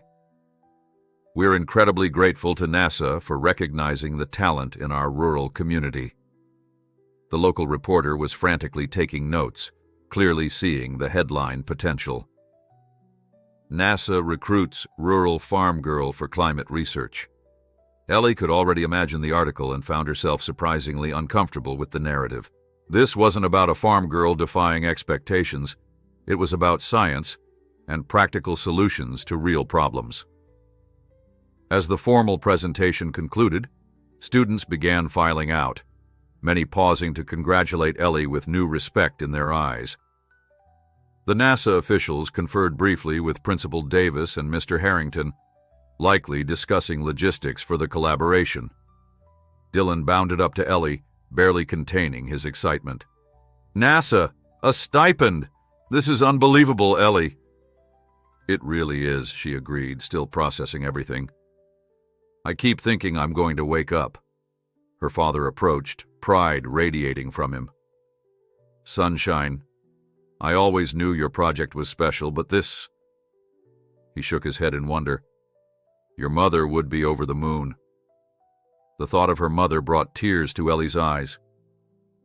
She would have loved this, wouldn't she? Every second of it, Robert confirmed, his voice thick with emotion, especially seeing you stand your ground and prove everyone wrong. As the crowd thinned, Dr. Chen approached their small group, extending her hand to Robert. Mr. Bennett, you have a remarkable daughter. Don't I know it, he replied, shaking her hand firmly. Though I can't take much credit for her scientific mind. That's all her own doing. Perhaps, Dr. Chen said. But clearly she's grown up in an environment that values perseverance and creative problem-solving. Those qualities are just as important as technical knowledge. She turned to Ellie. We'd like to discuss the details of the program with you and your father, if you have time now. Of course, Ellie said. Dylan took the hint and excused himself with a promise to call later for all the details. The three NASA scientists led Ellie and her father to a quiet corner of the lecture hall where they could speak privately. Dr. Reyes opened her tablet, displaying a detailed outline of the Young Innovators program. The stipend is $12,000 annually, she explained, paid in monthly installments. It's intended to support your continued research and development, but how you allocate it is largely up to you. Robert's eyebrows shot up at the figure. Ellie knew exactly what he was thinking. This could save the Eastfield, at least temporarily. Additionally, Dr. Jackson added, the program includes access to our research databases, specialized equipment loans, and regular virtual consultations with our team. We'd establish clear milestones for developing your atmospheric analyzer into a more robust system, potentially leading to broader implementation. What exactly would that implementation look like? Ellie asked, her mind racing with possibilities. Initially, we'd focus on validating your results across different geographical areas, Dr. Chen explained. If your system performs as well as we expect, we could explore integrating your algorithm into our regional climate monitoring network. Long-term, there's potential for developing an affordable, accessible version for agricultural communities, addressing exactly the need that inspired your project originally. That sounds perfect, Ellie said, the scope of the opportunity finally sinking in. Robert cleared his throat. I'm not familiar with programs like this. Would Ellie need to transfer schools or anything similar? Not at all, Dr. Reyes assured him. The program is designed to support young scientists where they are. The remote collaboration model works well for students all over the country. We would, however, arrange for visits to our facility during summer and perhaps other school breaks, with all expenses covered naturally. And Ellie would retain intellectual ownership of her invention? Robert asked, demonstrating a practical concern Ellie hadn't even considered. Dr. Chen nodded approvingly at the question. Yes, with some standard provisions for collaborative development. We'll provide all the legal details in the official offer, but I can assure you that NASA values proper attribution and inventor rights, especially in educational partnerships. As they continued discussing the specifics, Ellie noticed Mr. Harrington standing alone near the demonstration table, examining her device with a pensive expression. Excusing herself momentarily, she approached him. Mr. Harrington? He straightened up, a flicker of discomfort crossing his face. Miss Bennett, congratulations on your considerable success today. Thank you, she said simply. I appreciate what you said earlier. The science teacher sighed, removing his glasses to polish them, a habit Ellie had noticed he fell back on when uncomfortable. I was wrong about your project. That's not easy for me to admit. Science is about revision when presented with new evidence. Ellie quoted his earlier words back to him, but without malice. A ghost of a smile touched his lips. Indeed it is. He hesitated, then added, 20 years ago I had ideas too. Innovations I thought could matter, but academia can be unforgiving of failure. In that moment, Ellie glimpsed something she'd never seen in her teacher before. Not just the rigidity and cynicism that had defined him in her eyes, but the disappointment and broken dreams beneath. The brilliant student he might once have been, before something went wrong and he ended up teaching basic science in a rural high school, watching years pass with diminishing hope of escape. It's never too late to revise conclusions, she offered, surprising herself with the sentiment. Mr. Harrington replaced his glasses, regarding her with newfound respect. Perhaps you're right, Miss Bennett. Perhaps you're right. By Friday morning, Ellie's life had transformed in ways she could never have anticipated. The county newspaper ran a front-page story with the headline, Local Students' Innovation Catches NASA's Eye, complete with a photo of Ellie standing beside the NASA scientists. Principal Davis had already framed a copy for the school's main entrance hall, dubbing it the Wall of Achievement, though Ellie was currently its only honoree. Walking through the hallways of Oak Ridge High felt like navigating an alternate universe. Students who had never spoken to her before smiled and waved. Teachers who had barely noticed her existence now stopped her to offer congratulations. Even Madison approached her between classes with an unexpected olive branch. That NASA thing is pretty impressive, Madison said, her usual haughtiness tempered by what seemed like genuine respect. My dad was asking all about it at dinner last night. Thanks, Ellie replied, still wary of her longtime antagonist. Madison hesitated, then added, I'm having a party next weekend. You should come. She glanced at Dylan, who was hovering nearby. Both of you. As Madison walked away, Dylan raised his eyebrows. Did Madison Taylor just invite us to a party? I think she did, Ellie confirmed, equally bewildered. Probably only because her dad told her to network with the NASA girl. Dylan shrugged. Still counts as progress. You going? I don't know, Ellie admitted. There's so much happening right now. Indeed, her schedule had suddenly become packed. That morning, she'd already had a video call with Dr. Reyes to begin planning the development roadmap for her atmospheric analyzer. The NASA team wanted her to expand the system to monitor 3 additional locations with varying microclimates, creating a more comprehensive data set. They'd arranged for specialized equipment to be delivered to her home the following week. I still can't believe this is real, Ellie confessed to Dylan as they headed to lunch. Yesterday, I was just a farmer's daughter with a science project nobody believed in. Today, I'm collaborating with NASA scientists.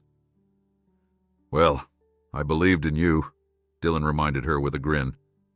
Do I get any credit for that? All the credit, Ellie assured him, bumping his shoulder affectionately.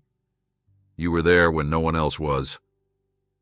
In the cafeteria, several younger students asked for Ellie's autograph, which she found both flattering and mortifying. Mr. Peterson, the agricultural science teacher who had barely interacted with Ellie before, stopped by their table to discuss potential crossover applications between her atmospheric analysis and the school's small experimental garden. We could really use data like yours to optimize planting times, he explained enthusiastically. Would you be interested in setting up a monitoring station near our plots?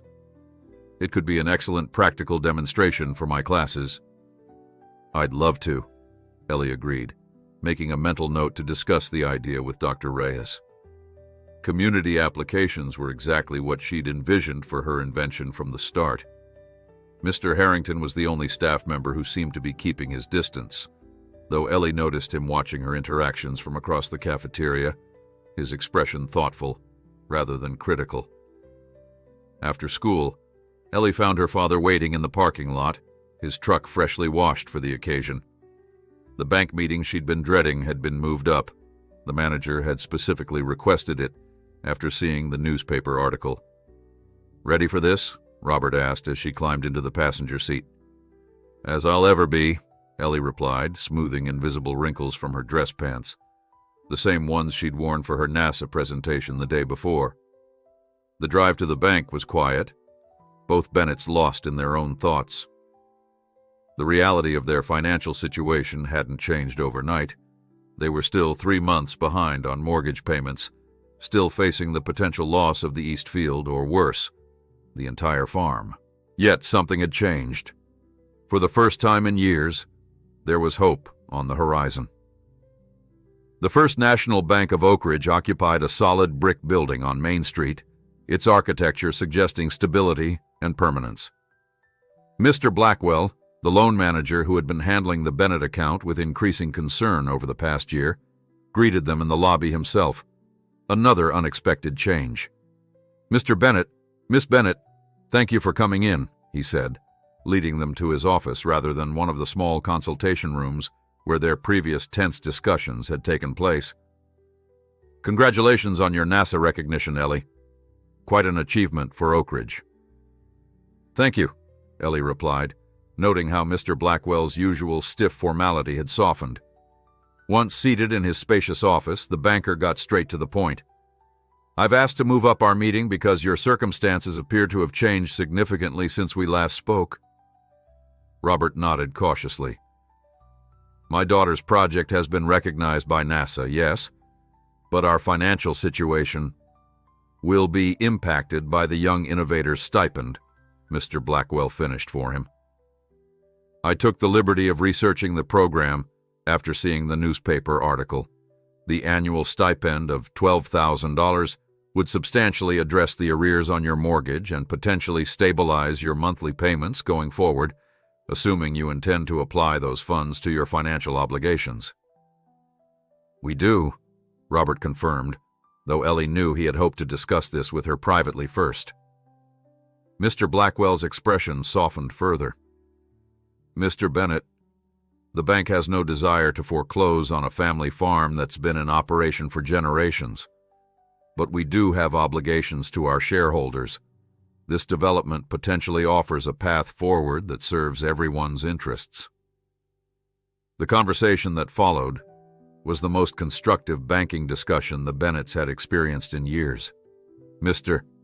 Blackwell outlined a revised payment plan that would allow them to catch up on the mortgage gradually, using part of Ellie's stipend while reserving some for her education fund and the continued development of her project.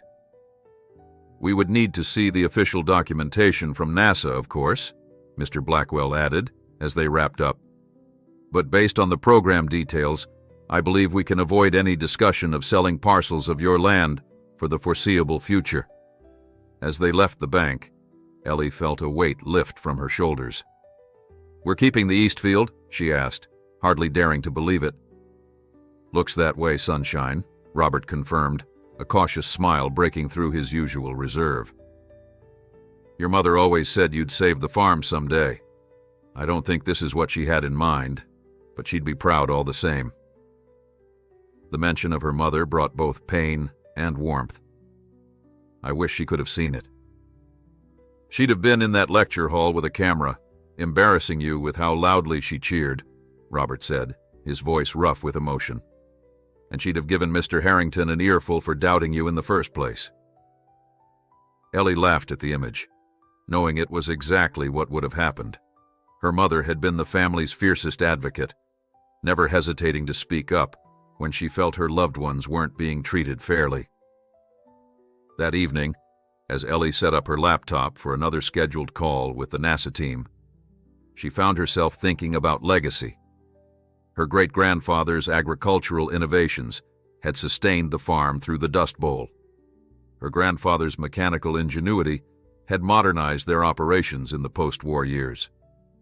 Her mother's organic farming initiatives had created a niche market for their produce in more recent decades. And now, her atmospheric analyzer might not only save their land, but potentially help other small farmers face the increasing challenges of climate volatility. There was a continuity in this that felt right, a thread connecting generations of Bennetts who had found ways to adapt and overcome. The video call connected, bringing Dr. Chen, Dr. Jackson, and Dr. Reyes onto her screen from their respective locations across the country. "Good evening, Ellie," Dr. Chen greeted her. "We have some exciting developments to discuss. Your project has generated significant interest within NASA since our visit. Several additional research groups would like to explore applications beyond our initial agricultural focus." Dr. Jackson nodded enthusiastically. "The Environmental Monitoring Division sees potential for adapting your sensor array for air quality assessment in underserved communities. The cost-effectiveness of your design could make widespread deployment feasible where expensive commercial systems aren't practical. And the Climate Resilience Initiative is interested in your localized prediction model," Dr. Reyes added. "The approach could be particularly valuable for vulnerable coastal communities preparing for extreme weather events." As the scientists outlined these expanded possibilities, Ellie felt a surreal disconnect. Just 10 days ago, she had been devastated by Mr. Harrington's dismissal of her project, convinced that her work was meaningless. Now, NASA researchers were discussing how her invention might help communities across the country. "This is overwhelming," she admitted when they paused for her response, "in the best possible way. I never imagined my project could have so many applications." "That's often how innovation works," Dr. Chen said kindly.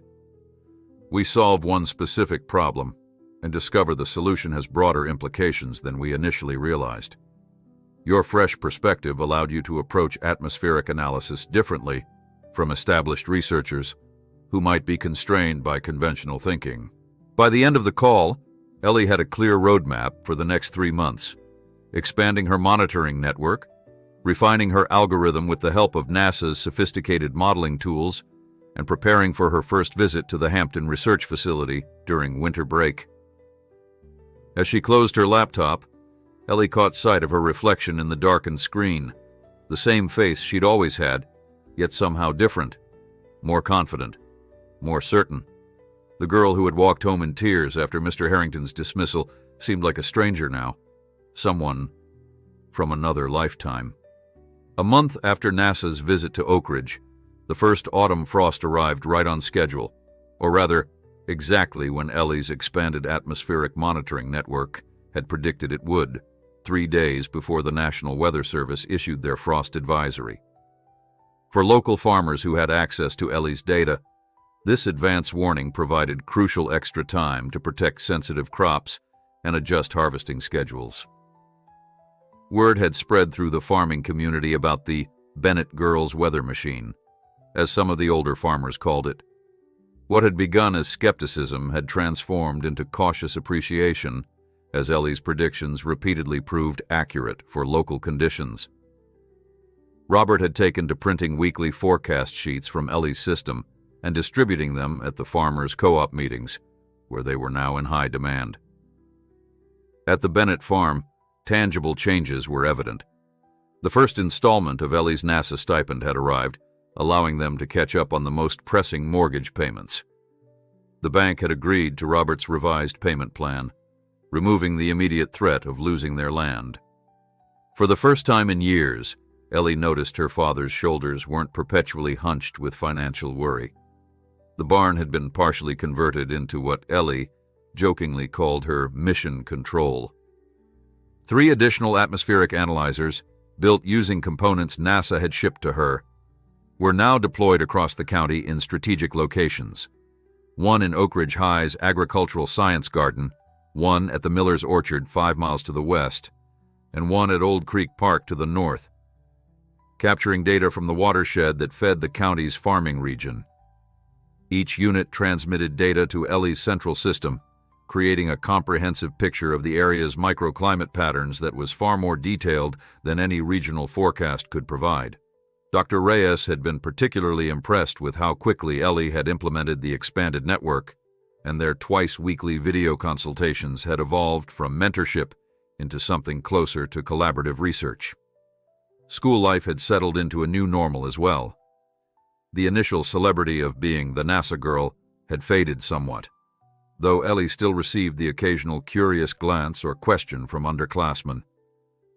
Madison's party invitation had proven surprisingly genuine. Ellie and Dylan had attended and found themselves welcomed into social circles that had previously been closed to them. It wasn't that Ellie had suddenly become popular in the traditional sense. Rather, her achievement had earned her a kind of respect that transcended the usual high school hierarchies. The most significant change, however, was in Mr. Harrington's science class.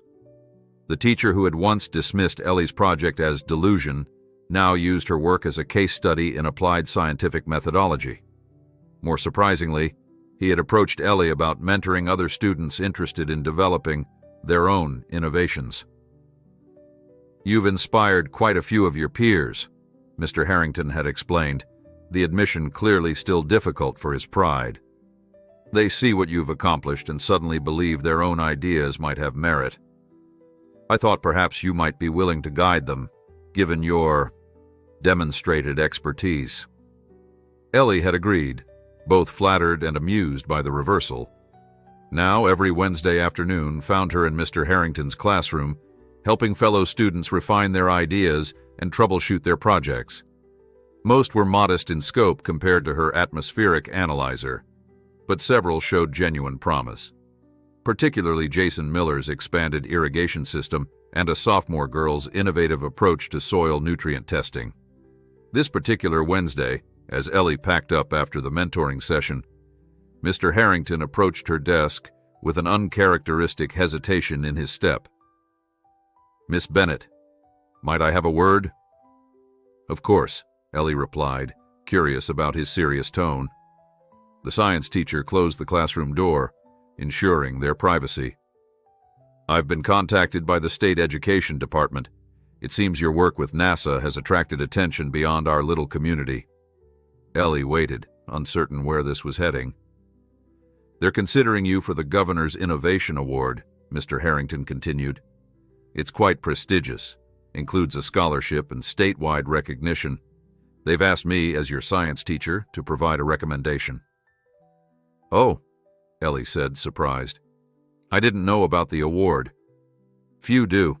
It's not something students apply for. Nominations come from educators or industry professionals." He removed his glasses, polishing them with methodical care. "The irony that they've approached me, of all people, is not lost on me, Miss Bennett." Understanding dawned. "Because you initially rejected my project." "Precisely." Mr. Harrington replaced his glasses, meeting her eyes directly.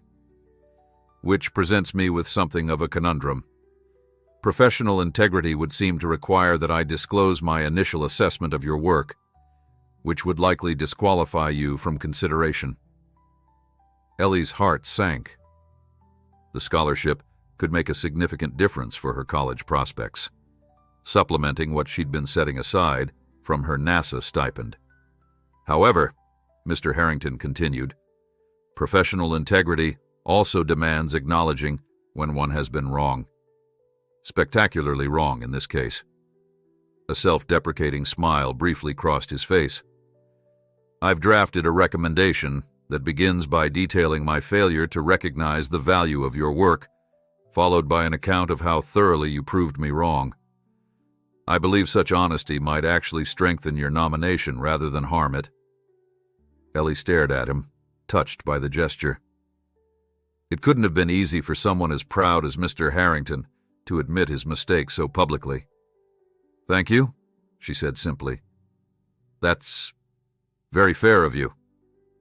Fair has nothing to do with it, he replied. It's simply accurate. And if there's one thing I still believe in, it's scientific accuracy.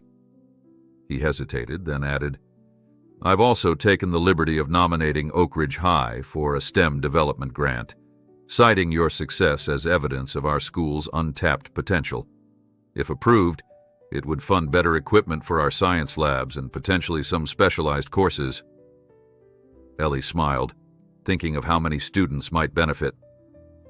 That would be amazing. Not everyone can build a weather prediction system in their barn.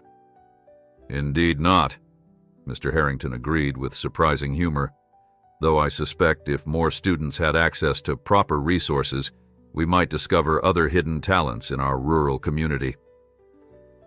As Ellie walked home that afternoon, she reflected on how much had changed in such a short time. Mr. Harrington's transformation from dismissive critic to advocate was perhaps the most unexpected development of all, a reminder that people, like scientific theories, could evolve when presented with compelling evidence. Her phone buzzed with a text from Dr. Reyes. Just reviewed your latest data set. Impressive correlation between particulate variations and the minor temperature inversions. Can we discuss expanding the altitude sampling in our call tomorrow? Ellie smiled, typing back her agreement. The technical challenges of her NASA collaboration were constant, but exhilarating. Each refined iteration of her system yielded more accurate predictions and new insights into the complex atmospheric interactions affecting their region. When she reached home, she found her father in the East Field, the same field they had nearly lost, walking the rows with a neighboring farmer, Miller. There she is, Robert called as Ellie approached. The mind behind the forecast that saved Jim's apple crop. Miller, a weathered man who had initially been among the skeptics, removed his cap in a gesture of respect. Young lady, that frost warning of yours was right on the money. Gave me time to get the smudge pots out and save nearly 80% of my late-season apples. That's about $30,000 you saved me. I'm glad it helped, Ellie said, pleased that her work was making a tangible difference. Jim's been asking about getting one of your devices for his orchard, Robert explained. I told him you're not mass-producing them yet, but maybe NASA might help with that eventually. The question reminded Ellie of a recent conversation with Dr. Chen. Actually, we've been discussing exactly that. NASA is interested in developing a simplified version of my system that could be manufactured at a price point accessible to small-scale farmers. Miller's eyes widened. You mean like a commercial product, based on your invention? Potentially, Ellie confirmed. It's still in the early planning stages, but the goal would be to create a network of these devices across various agricultural regions, providing localized predictions while feeding data into broader climate research. And you'd get credit for that? Maybe even, what do they call it, royalties? Miller asked. Ellie nodded. NASA is very careful about intellectual property rights, especially in their educational partnerships. Any commercial application would recognize my original design. Miller shook his head in wonder. Robert, when you said your daughter was smart, I didn't realize she was about to revolutionize farming weather predictions. My own kids can barely remember to check the regular forecast. As the men returned to their discussion of crop rotation plans, Ellie continued to the house, where she found a package waiting on the porch. Another shipment from NASA, containing specialized atmospheric sensors she'd requested for her altitude sampling expansion. Opening the box with careful excitement, Ellie marveled again at how her life had transformed. The components in her hands represented not just advanced technology, but trust. The trust of professional scientists in her abilities and ideas. For a girl who had grown up feeling invisible in the shadow of more affluent, connected peers, this validation was perhaps even more valuable than the stipend or potential commercial applications. Winter had given way to spring when Ellie received the email that would change her trajectory yet again. She was in the barn, calibrating one of her atmospheric sensors after a particularly heavy rainstorm, when her phone chimed with the notification. The sender was Dr. Chen, but the subject line alone made Ellie's heart skip. Special invitation, NASA HQ presentation. With slightly trembling fingers, she opened the message. Dear Ellie, your work over the past several months has exceeded all our expectations. The expanded monitoring network you've developed has provided invaluable data for multiple research divisions at NASA, and your algorithm refinements have improved predictive accuracy beyond what we initially thought possible with such streamlined hardware. In recognition of your contributions, the Earth Science Division would like to invite you to present your atmospheric particulate analysis system at NASA headquarters in Washington, D.C. The presentation would be part of our annual Innovation Showcase, attended by NASA leadership, partner organizations, and congressional representatives who oversee science funding. This is an exceptional opportunity, particularly for a young innovator still in high school, but we believe your work merits this level of recognition. The email continued with logistics and details, but Ellie had to set the phone down, taking deep breaths to steady herself. NASA headquarters, a presentation to leadership and Congress.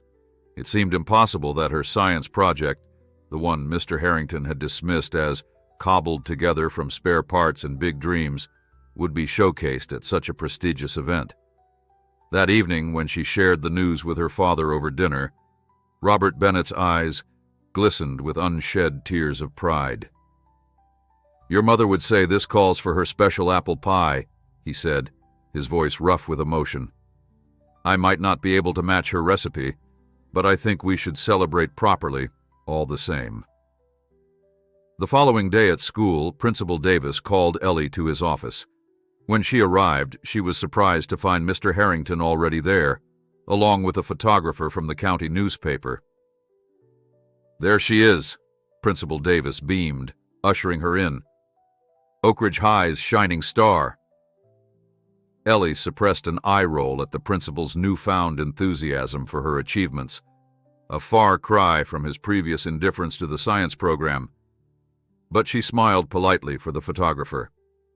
Miss Bennett, Principal Davis continued, we've received wonderful news. Not only have you been selected for the Governor's Innovation Award, but Oak Ridge High has been approved for the STEM development grant Mr. Harrington applied for. The State Education Board specifically cited your NASA collaboration as evidence of rural schools' untapped potential. That's fantastic, Ellie said sincerely. The new equipment will make such a difference for other students. Indeed, Mr. Harrington agreed. And apparently our little demonstration made quite an impression. The NASA Educational Outreach Office has selected Oak Ridge High as one of 3 pilot schools for their new Rural STEM initiative. This was news to Ellie. They have. Dr. Chen didn't mention that in her email about the Washington trip. Washington trip? Principal Davis asked, his eyebrows shooting upward. As Ellie explained the invitation to present at NASA headquarters, she noticed Mr. Harrington's expression. Not jealousy or resentment as she might once have expected, but what appeared to be genuine pride, perhaps even vindication.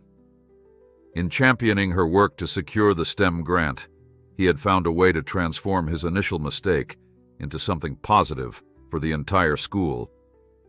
The county newspaper ran another front-page story the following week.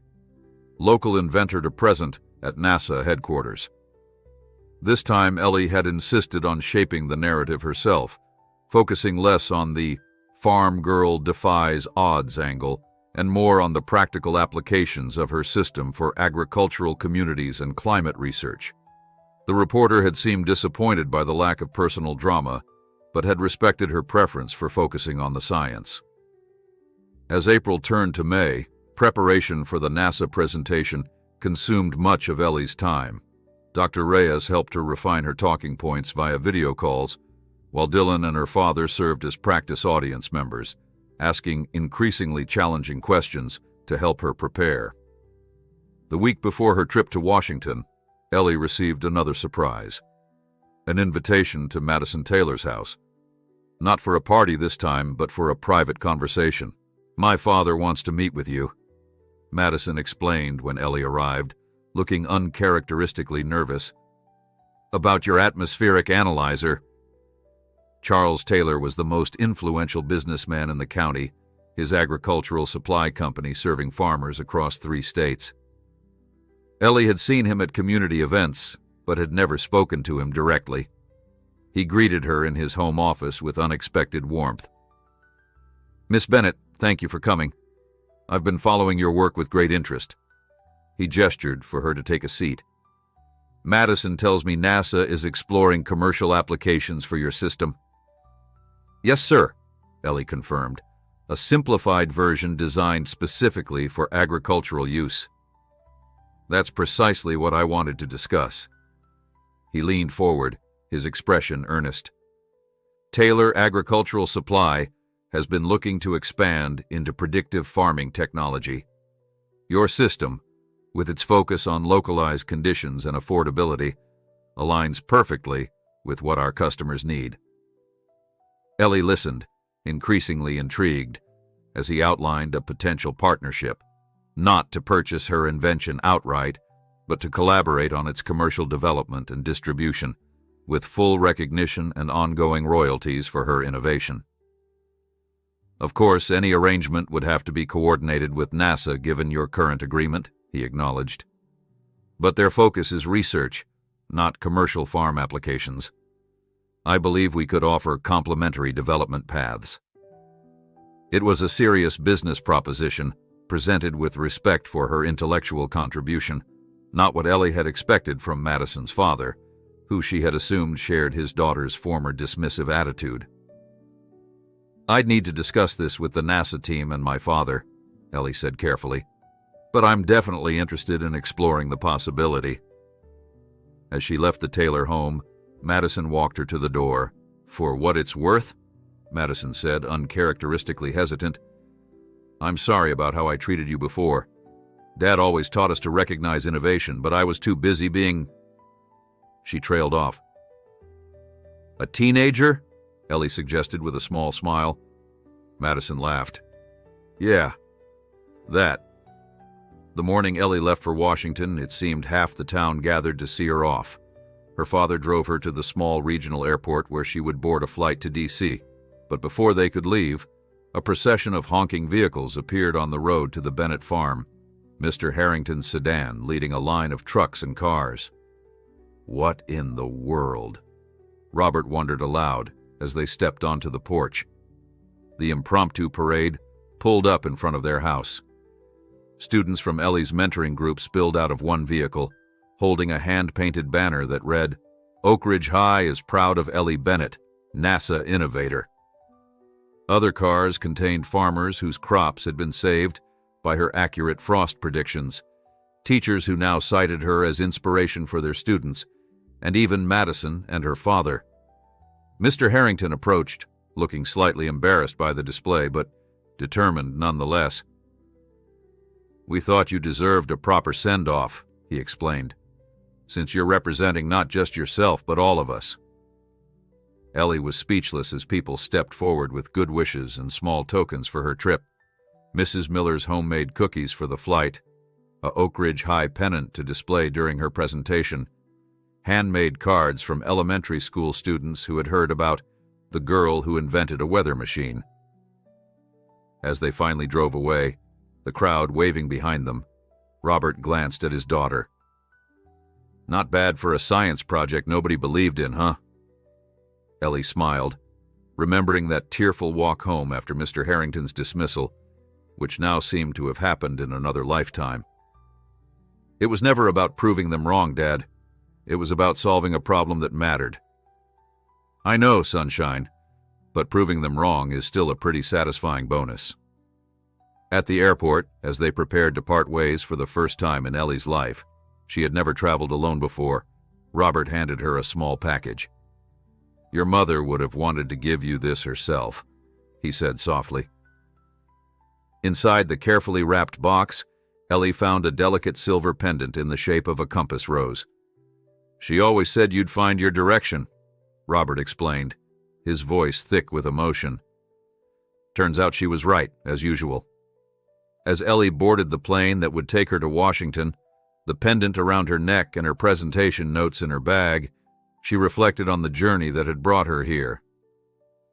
From a farm girl struggling to be taken seriously to a young scientist preparing to address NASA leadership and congressional representatives. From a project dismissed as delusion to an innovation with potential to help farming communities nationwide. What had begun as a personal solution to her family's struggle, a way to predict the weather patterns that threatened their livelihood, had evolved into something far greater. Yet the core remained the same. Using science to solve practical problems, making technology accessible to those who needed it most, finding patterns in the atmosphere that others had overlooked. The plane lifted off, carrying Ellie toward the next chapter of her unexpected journey. Below, the patchwork of farmland, including the Bennett East Field, now safe from foreclosure, grew smaller but no less significant.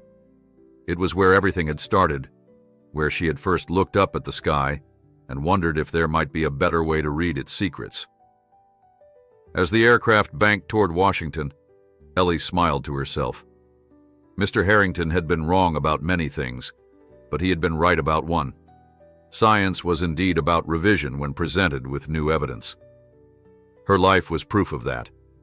A hypothesis continually refined, an experiment constantly evolving, a theory strengthened by each new discovery. And this was just the beginning.